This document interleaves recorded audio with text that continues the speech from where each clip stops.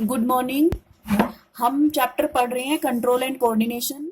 इस चैप्टर में हम coordination in plants topic complete कर चुके हैं। नेक्स्ट इसमें हम बात करेंगे control and coordination in humans. तो देखिए ह्यूमंस के अंदर कंट्रोल और कोऑर्डिनेशन दो तरीके से होगा, एक केमिकल कंट्रोल, दूसरा नर्वस कंट्रोल। तो पहले हम बात करेंगे नर्वस कंट्रोल के बारे में, जिसमें हम ह्यूमन के नर्वस सिस्टम के बारे में डिटेल में पढ़ेंगे। तो ह्यूमन के नर्वस सिस्टम के बारे में पढ़ने से पहले ये कुछ बेसिक टर्म्स हैं जो इसमें यूज होंगी, आपको इनके बारे में पता होना चाहिए। तो मैं यहाँ पे कुछ बेसिक टर्मिनोलॉजीज, बेसिक टर्म्स के बारे में मैं आपको यहाँ बता रही हूँ। सबसे पहले देखिए, यहाँ पे मैंने लिखा है स्टिम्युलस या स्टिम्युलाई। तो स्टिम्युलस क्या होता है ये मैं पहले भी बता चुकी हूँ आपको, इसी चैप्टर में हमने डिस्कस किया है कि कोई भी चेंज किसी भी ऑर्गेनिज्म के इंटरनल या एक्सटर्नल एनवायरनमेंट में किसी भी प्रकार का जब कोई चेंज आता है जिसके लिए वो ऑर्गेनिज्म रेस्पॉन्ड करता है, उसको स्टिम्युलस बोलते हैं। स्टिम्युलस का प्लूरल होता है स्टिम्युलाई। तो stimulus is singular, stimuli is plural. Any change in the internal or external environment of the organism that brings about a response is stimulus. इसके बाद दूसरा है रेस्पॉन्स। रेस्पॉन्स किसे कहते हैं? नेक्स्ट टर्म है रेस्पॉन्स। तो किसी भी स्टिम्युलस के लिए जो स्पेसिफिक रिएक्शन होती है उसको बोलते हैं response. Next is receptor. Receptor कोई भी सेल या टिश्यू या कोई भी ऐसा सेल्यूलर स्ट्रक्चर जो स्टिम्युलस को रिसीव करता है और इंपल्स जनरेट करता है। तो any cellular structure that receives specific stimulus and generates impulse.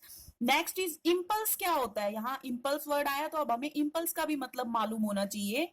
Impulse electrical signals होते हैं जो कि किसी भी न्यूरॉन के अलोंग, न्यूरॉन की लेंथ के अलोंग ट्रेवल करते हैं इंफॉर्मेशन को ट्रांसफर करने के लिए।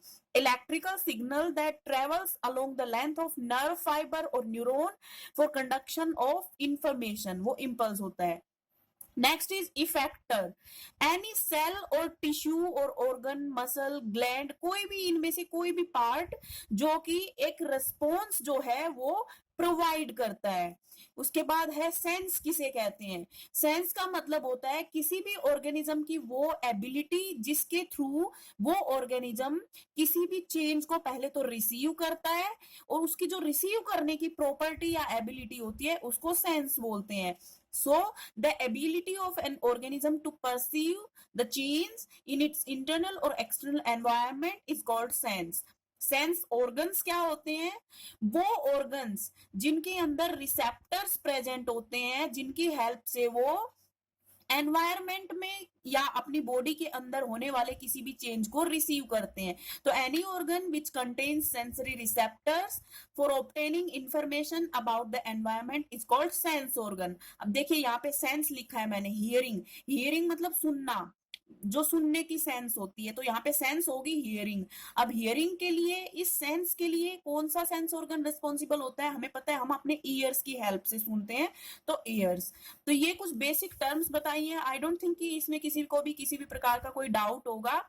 तो ये इजीली आपको सबको समझ आ गई होंगी। अब नर्वस सिस्टम के बारे में डिटेल में डिस्कस करेंगे हम। तो जब भी हम ह्यूमन के नर्वस सिस्टम के बारे में पढ़ते हैं तो सबसे पहले हम उसमें न्यूरॉन्स के बारे में बात करते हैं। न्यूरॉन कहिए या नर्व सेल कहिए या नर्व फाइबर कहिए, एक ही बात है। तो न्यूरॉन या नर्व सेल के बारे में हम डायग्राम से सब कुछ समझेंगे। 9th क्लास में आपने नर्वस टिश्यू के बारे में डिटेल में पढ़ा है, वहां पे भी हमने न्यूरॉन के बारे में बात की है, तो इट इज नथिंग न्यू। देखिए न्यूरॉन के बारे में जब हम पढ़ेंगे, हमें पता है कि न्यूरॉन क्या होती है। न्यूरॉन जो होती है वो नर्वस टिश्यू की या कहिए कि नर्वस सिस्टम की स्ट्रक्चरल और फंक्शनल यूनिट होती है। यहां मैंने लिखा है ये, what is a neuron या what is a nerve cell? तो a nerve cell is the structural and functional unit of nervous tissue। और न्यूरॉन्स का नंबर की अगर हम बात करें तो जो न्यूरॉन्स होते हैं वो बर्थ के टाइम पे जितने होते हैं उतने ही number throughout the life रहते हैं। बर्थ के बाद न्यूरॉन्स डिवाइड करना बंद कर देते हैं, नए न्यूरॉन्स बनना बंद हो जाते हैं। नर्वस सिस्टम के बारे में एक और चीज जो है खास वो ये कि ये टिश्यू एक्टोडर्मल ओरिजिन का होता है। अब हम बात कर लेते हैं आगे न्यूरॉन के स्ट्रक्चर के बारे में कि न्यूरॉन कैसा होता है। तो एक जो न्यूरॉन होता है उसके दो पार्ट्स होते हैं। पहला जो पार्ट है इसका सेल बॉडी है, सेल बॉडी का ही दूसरा नाम साइटोन या पेरिकारियोन या सोमा होता है। और इसका जो दूसरा पार्ट होता है वो है प्रोटोप्लाज्मिक प्रोसेसेस। प्रोटोप्लाज्मिक प्रोसेसेस दो तरह की होती हैं, एक डेंड्राइट्स और दूसरा एक्सोन। तो यहाँ पे मैंने बताया कि न्यूरॉन के दो पार्ट होते हैं, पहला पार्ट है सेल बॉडी, दूसरा पार्ट है प्रोटोप्लाज्मिक प्रोसेसेस यानी डेंड्रोन्स और एक्सोन्स। तो इन्हीं को हम डिटेल में पढ़ेंगे डायग्राम की हेल्प से। ये है न्यूरॉन का डायग्राम, यहाँ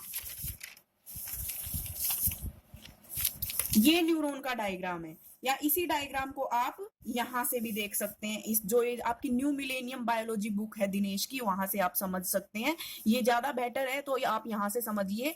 मैंने बताया कि न्यूरॉन के दो पार्ट हैं। पहला जो पार्ट है वो सेल बॉडी है या साइटोन है, जो आपको यहाँ नजर आ रहा है। ये राउंड शेप का होता है, राउंड स्ट्रक्चर का होता है। इसमें सेंटर में न्यूक्लियस प्रेजेंट है। इसमें जो ये फ्लूइड पोर्शन फील्ड है इसको बोलते हैं न्यूरोप्लाज्म। इसके अंदर माइटोकॉन्ड्रिया भी प्रेजेंट होती हैं, गोल्जी बॉडीज भी प्रेजेंट होते हैं। और जो ये डॉट डॉट जैसे स्ट्रक्चर्स दिखाई दे रहे हैं ये निसल्स ग्रेन्यूल्स होते हैं। दूसरा जो पार्ट था न्यूरॉन का वो था प्रोटोप्लाज्मिक प्रोसेसेस। तो दो तरह की प्रोटोप्लाज्मिक प्रोसेसेस मैंने बताया, पहला एक्सोन, तो ये जो लॉन्ग फाइबर लाइक स्ट्रक्चर है इसको एक्सोन कहेंगे। और दूसरे जो प्रोटोप्लाज्मिक प्रोसेसेस हैं वो होते हैं डेंड्राइट्स। तो ये जो ब्रांच्ड प्रोसेसेस आपको नजर आ रही हैं ये डेंड्राइट्स हैं। अब देखिए ये जो एक्सोन है, अब इसके हम जब फंक्शन के बारे में पढ़ेंगे, फिजियोलॉजी पढ़ेंगे, इंपल्स ट्रांसमिशन पढ़ेंगे, तब हम देखेंगे कि डेंड्राइट्स का काम होता है इंपल्स को रिसीव करना, और डेंड्राइट्स से वो इंपल्स मूव करता है एक्सोन की लेंथ के अलोंग। तो ये रिसेप्टिव पार्ट्स होते हैं डेंड्राइट्स, और ये एक्सोन जो है ये कंडक्टिव पार्ट होता है। उसके अलावा हम देखते हैं कि एक्सोन जो है वो टर्मिनल्स पे एंड हो रहा है, और ये राउंडेड स्ट्रक्चर्स प्रेजेंट हैं जिनको हम नारो एंडिंग्स बोलते हैं।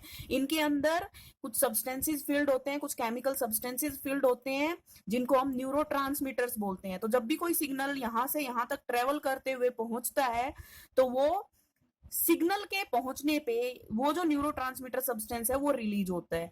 अभी इसमें हम सिर्फ न्यूरॉन के स्ट्रक्चर के बारे में बात करेंगे, फंक्शनिंग इसकी हम नेक्स्ट टॉपिक में स्टडी करेंगे कि कैसे इंपल्स ट्रांसमिट होता है। उसके बाद देखिए यहाँ पे एक चीज लिखी हुई है माइलिन शीथ। एक्सोन के ऊपर एक फैटी शाइनी सब्सटेंस डिपॉजिटेड होता है जिसे माइलिन कहते हैं। कुछ न्यूरॉन्स होते हैं जिनमें माइलिन होता है और कुछ न्यूरॉन्स नॉन माइलिन वाली होती हैं, जिनमें माइलिन एब्सेंट होता है। तो जिन न्यूरॉन्स में माइलिन होता है उनको माइलिनेटेड न्यूरॉन्स बोलते हैं, जिनमें माइलिन एब्सेंट होता है उनको नॉन माइलिनेटेड न्यूरॉन बोलते हैं। अभी हम देख रहे हैं कि माइलिन शीथ कंटिन्यूअस नहीं है, बीच बीच में ये ब्रोकन है।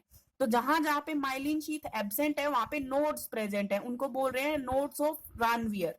तो माइलिन शीथ के अंदर भी एक और सब्सटेंस जो है वो डिपॉजिटेड होता है न्यूरॉन के ऊपर, एक्सोन के ऊपर, उसको न्यूरिलेमा बोलते हैं। न्यूरिलेमा को आप ऐसे समझ सकते हैं जैसे सेल के बाहर की मेम्ब्रेन को हम सेल मेम्ब्रेन या प्लाज्मा लेमा बोलते हैं, इसी तरह से एक्सोन के बाहर की मेम्ब्रेन को हम न्यूरिलेमा बोलते हैं। तो ये न्यूरॉन के स्ट्रक्चर के बारे में मैंने यहाँ डिस्कस किया है।